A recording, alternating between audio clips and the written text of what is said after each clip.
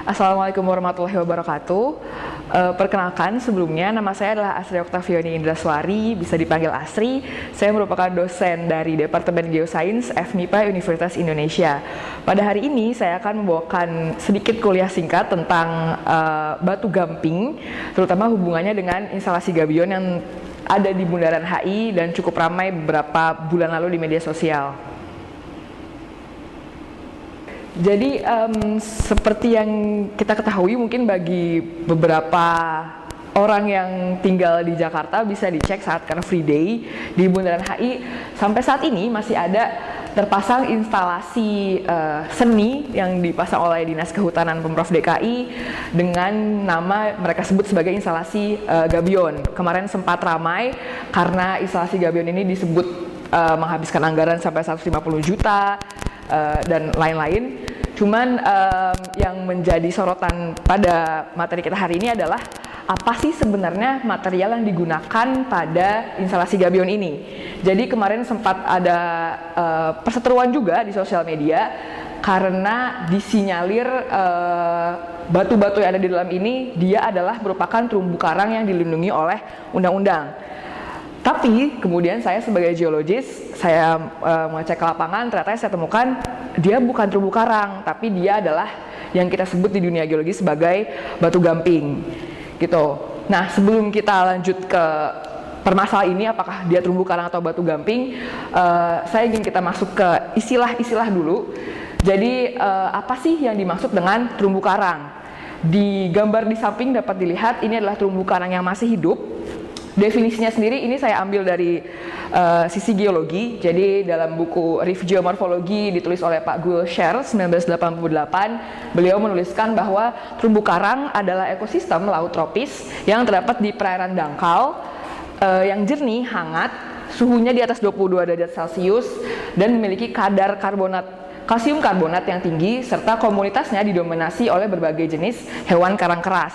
Jadi mungkin kalau definisi biologi dan definisi dari kelautan bisa berbeda lagi, cuman ini definisi secara umum di geologi. Dapat dilihat juga pada gambar, terumbu karang ini suatu ekosistem, jadi ada beberapa organisme, kemudian dia dapat kelihatan warnanya masih sangat-sangat berwarna-warni, ada yang berwarna ungu, berwarna kuning, merah, hijau, dan dapat lihat juga di sini dia sinar matahari masih masuk dengan sangat banyak. Jadi dia merupakan laut yang dangkal, dan karena sinar mataharinya masih masuk, dia juga suhunya hangat, jadi di atas 22 derajat Celcius. Organisme ini mereka bervariasi dari filum Cnidaria, Porifera, dan lain-lain. Mereka mempunyai cangkang tubuh yang keras yang tersusun oleh mineral yang dinamakan dengan kalsium karbonat. Seperti itu, ini terumbu karang yang masih hidup. Nah, terumbu karang inilah yang dilindungi oleh undang-undang di Indonesia. Jadi, kalau kalian snorkeling atau menyelam, kemudian melihat terumbu karang seperti ini, itu sangat dilarang untuk mengambil, dibawa pulang seperti itu, karena mereka sangat dilindungi oleh undang-undang dan keberadaannya sekarang sudah sangat langka, seperti itu. Nah, kemudian kita masuk ke batu gamping. Nah, apa itu batu gamping? Batu gamping ini gambarnya ada di sini. Dia merupakan suatu batuan. Definisinya adalah batuan sedimen yang penyusun utamanya adalah mineral karbonat. Jadi kesamaan antara batu gamping dengan terumbu karang kalau diperhatikan ada di kalimat Ca atau kata CaCO3, kalsium karbonat. Tapi mereka sudah sangat berbeda. Dalam warna pun, dalam bentuk bisa dilihat di sini, dia bentuknya udah sebagai batu. Warnanya di sini kelihatan putih, kekuningan, kecoklatan, dan dia sudah mengalami proses geologi jutaan tahun, ribuan tahun dari tadinya terumbu karang menjadi batuan. Sebelum kita lanjut, saya mau menjelaskan dulu batu gamping sendiri. Dia adalah keluarga batuan yang sangat besar. Di sini kita punya klasifikasi batuan sedimen oleh Pak Kusuma Dinata tahun 1980. Dapat dilihat lingkaran-lingkaran ini menggambarkan kelompok batu sedimen, dan di pinggir-pinggirnya ada proses sedimentasi. Golongan karbonat atau batu gamping terlihat ada di tengah. Dia merupakan kelompok yang paling besar, dan di sini dia prosesnya ada semua. Jadi ada yang namanya sedimentasi mekanis, ada yang namanya sedimentasi organis, ada yang namanya sedimentasi kimiawi. Dan selain golongan karbonat, di batuan sedimen nanti ada yang namanya golongan detritus halus, detritus kasar, evaporit, sedimen silika, juga batu bara. Itu tidak kita bahas untuk materi sekarang, jadi highlightnya akan dibahas tentang karbonat saja. Dan di karbonat sendiri ada batuan yang disebut kalkarenit, batu gamping oolit, batu gamping kristalin, dolomit, bioklastik, dan batu gamping terumbu. Nah, batu gamping yang penting untuk kita pelajari dalam hubungannya pada instalasi gabion ini adalah batu gamping terumbu. Jadi batu gamping terumbu kalau kita lihat dari diagramnya, dia posisinya adalah sebagai golongan karbonat yang prosesnya didominasi oleh sedimentasi organik. Artinya dia berasal dari makhluk hidup atau berasal dari organisme. Dari namanya saja kita sudah lihat batu gamping terumbu, berarti dia organismenya adalah terumbu karang, seperti itu. Jadi wajar sekali apabila batu gamping terumbu ini mempunyai bentuk tubuh atau morfologi yang sama seperti terumbu saat dia hidup. Tapi perlu dicatat bahwa terumbu ini atau batu gamping ini bukan terumbu yang masih hidup, tapi dia sudah mati dan mengalami proses sedimentasi ribuan hingga jutaan tahun yang lalu, seperti itu. Nah, di sini saya mempunyai contoh batu gamping, ada beberapa, bisa dilihat sendiri, dia warnanya putih. Yang di sini saya pegang bukan batu gamping terumbu, dia termasuk batu gamping klastik. Jika dilihat lebih detail, dia sebenarnya adalah batuan yang terdiri dari cangkang-cangkang moluska atau cangkang-cangkang kerang, seperti itu. Jadi ini terdiri dari pecahan-pecahan, mereka berakumulasi, mengalami sedimentasi, kemudian menempel satu sama lain menjadi suatu batu yang kita sebut sebagai batu gamping klastik, seperti itu. Nah, untuk batu gamping klasik ini kita sudah tidak bisa lagi melihat bentuk cangkang aslinya karena dia sudah hancur, sudah merupakan pecahan-pecahan, kemudian saling tumpuk-tumpuk satu sama lain sehingga saya tidak bisa mengidentifikasi, oh ini dia dulu makhluknya namanya spesies apa, seperti itu tidak bisa. Jadi itu ciri khas dari batu gamping klasik. Jadi dia sudah merupakan hancuran. Di sini ada batu gamping terumbu. Jadi berbeda sekali kalau dilihat dari warna, jelas berbeda. Kemudian di batu gamping terumbu ini kalau diperhatikan lebih baik, dia adalah masih memiliki bentuk-bentuk tubuh terumbu karangnya saat dia masih hidup dulu. Jadi yang khas sekali dari batu gamping terumbu adalah prosesnya dia bukan hancur-hancuran seperti batu gamping klasik, tapi proses dia adalah penggantian mineral. Jadi mineral sedimentasinya menggantikan mineral cangkang asli dengan mineral yang baru, seperti itu. Jadi di sini kalau mungkin di dunia biologi belajar ada yang namanya septa, ada yang namanya bagian-bagian tubuh koral. Nah itu masih bisa diidentifikasi dengan baik di batu gamping terumbu ini. Contoh batu gamping terumbu yang lain juga sama. Jadi ini mungkin yang lebih muda, ini yang sudah lebih tua. Jadi bisa kelihatan dia warnanya lebih coklat. Terus masih kelihatan juga bagian-bagian tubuh terumbunya, cuman tidak sebagus yang warna putih ini, gitu. Tapi masih bisa kita identifikasi sebagai organisme terumbu, atau dulunya dia adalah terumbu atau koral atau ekosistemnya masih di situ, seperti itu. Jadi contoh-contoh batuannya seperti ini batu gamping. Jadi batu gamping terumbu itu apa? Definisinya ada di sini. Jadi dia adalah batu gamping yang berasal dari terumbu karang yang sudah mati ribuan hingga jutaan tahun yang lalu. Namun dia masih menunjukkan kenampakan koral atau kenampakan karang saat dia masih hidup. Jadi di sini ada dua gambar, cuman gambar yang ini tidak terlalu kelihatan. Gambar yang sebelah sini bisa dilihat, dia ini menunjukkan morfologinya koral, morfologinya karang, tapi dia bukan lagi karang yang masih hidup, tapi dia sudah mengalami proses pembatuan. Jadi dia sudah berubah menjadi batu, dan dia sudah mati ribuan hingga jutaan tahun yang lalu, gitu. Jadi warnanya juga sudah gak warna-warni lagi, tapi warnanya sudah menjadi warna putih atau kekuningan, seperti itu. Nah, karakteristik dari batu gamping terumbu, atau kalau misalnya ditanya gimana sih cara kita bedain dia batu gamping terumbu atau dia adalah koral yang masih baru mati misalkan, paling gampang adalah dari warnanya. Jadi di sini saya punya 3 foto batu gamping terumbu, sedangkan yang di bawah sini adalah foto terumbu karang yang masih hidup di laut, seperti itu. Dapat dilihat kalau terumbu karang yang masih hidup, warnanya dia benar-benar menyala, jadi ungu, pink, kuning, merah, seperti itu. Tapi kalau dia sudah menjadi batuan, warnanya dia akan berubah. Jadi warnanya akan menjadi putih kecoklatan, putih kekuningan, atau bahkan sampai jadi coklat banget, agak kemerahan, atau bahkan bisa jadi putih susu kayak gini, putih yang bersih seperti itu. Jadi kenapa warnanya bisa berbeda-beda itu sangat bergantung kepada proses yang terjadi kepada batuannya. Tapi dapat dilihat bahwa warna dia sama sekali tidak menyala seperti warna saat terumbu karangnya masih hidup. Itu contoh pertama dari karakteristik batu gamping terumbu.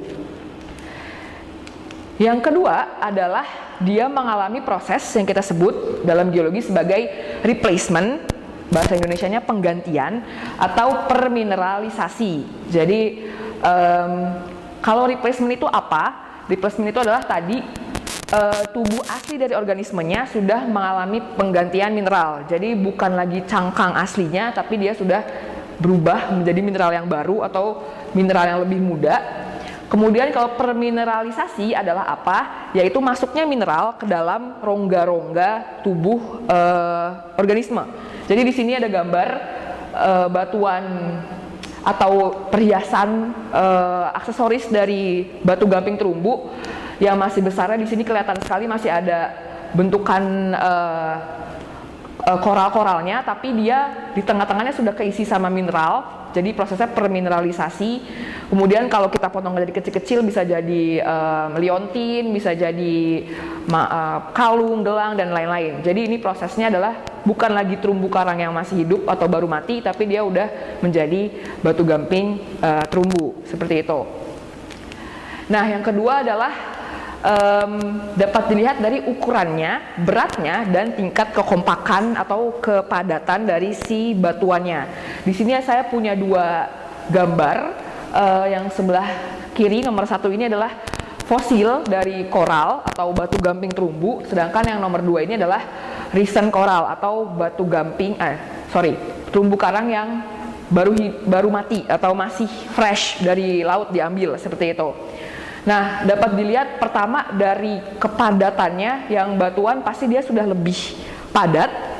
Kemudian yang kedua adalah dari teksturnya. Di sini masih kelihatan bagus,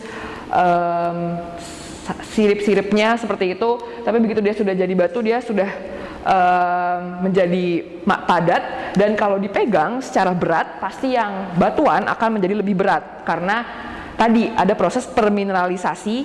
Jadi mineral-mineral lain atau batuan-batuan lain masuk ke dalam rongga-rongga koralnya, makanya masanya jadi lebih berat, seperti itu. Nah,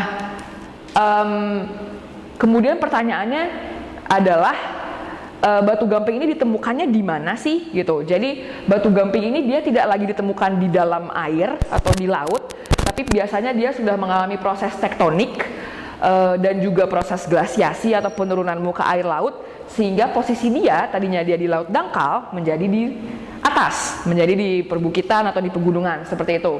Di sini ada foto contoh dari perbukitan batu gamping. Jadi kalau dibayangkan mereka dulu ini semuanya adalah beradanya di bawah laut, kemudian karena ada proses geologi, pengangkatan daratan atau proses surutnya air laut, sekarang dia berada di atas dan kita bisa lihat, dan kita nggak perlu menyelam lagi untuk melihat batu gamping ini.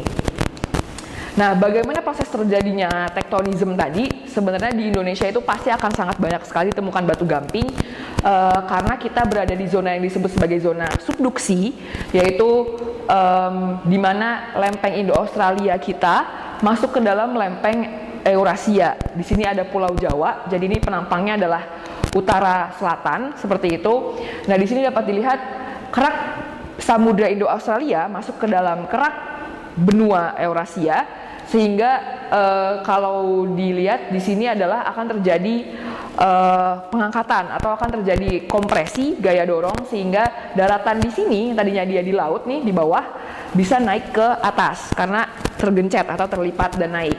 Itu salah satu penyebab.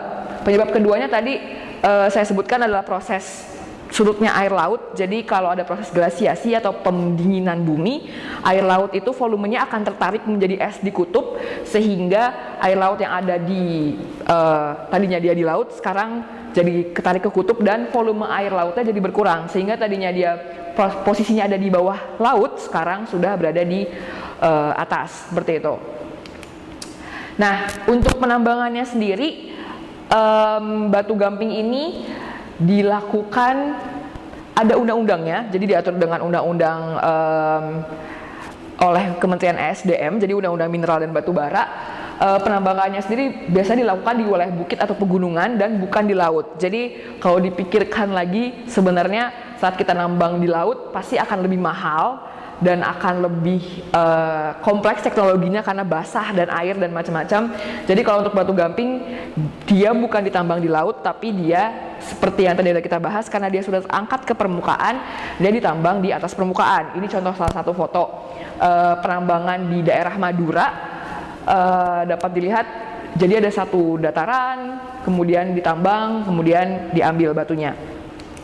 Ini juga salah satu foto-foto dari penambangan masih di daerah Madura, jadi bisa dilihat warnanya semuanya putih, kemudian digunakan mesin potong, mereka mengambil batu gamping tersebut, kebanyakan dijadikan blok bata seperti ini untuk jadi ornamen di rumah-rumah atau di mall dan lain-lain.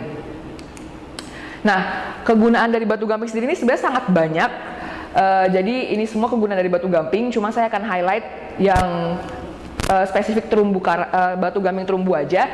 Jadi di sini ada kelompok masif limestone, kita sebut dia sebagai batu gamping masif karena bentuknya besar dan masif. Kemudian dia di sini contohnya adalah bisa dipakai sebagai ornamental stone. Jadi salah satu gunanya di gabion tadi sebenarnya adalah sebagai mau dicari unsur keindahannya, mau dicari unsur ornamennya seperti itu. Jadi dipakai sebagai batuan ornamen dan juga dipakai terutama buat batuan konstruksi. Jadi kadang bisa dipakai sebagai di sini disebutkan monuments building stone. Jadi untuk batuan pembangun monumen, kadang-kadang bisa dipakai juga untuk konkrit, untuk batuan jalan, untuk fondasi dan macam-macam. Jadi fungsinya sebenarnya sangat banyak. Seperti itu. Dan di sini kita bisa lihat contohnya ini semua dua-duanya batu gamping terumbu. Jadi di sebelah kanan tadi hasil batuan yang dipotong-potong menjadi bata blok tadi bisa dipakai buat bangun tembok, bangun dinding seperti itu. Dan di sini bahkan masih kelihatan tekstur dari koralnya. Jadi masih kelihatan dia punya tubuh organisme koral walaupun dia bukan terumbu karang yang baru mati, tapi dia udah mengalami proses geologi.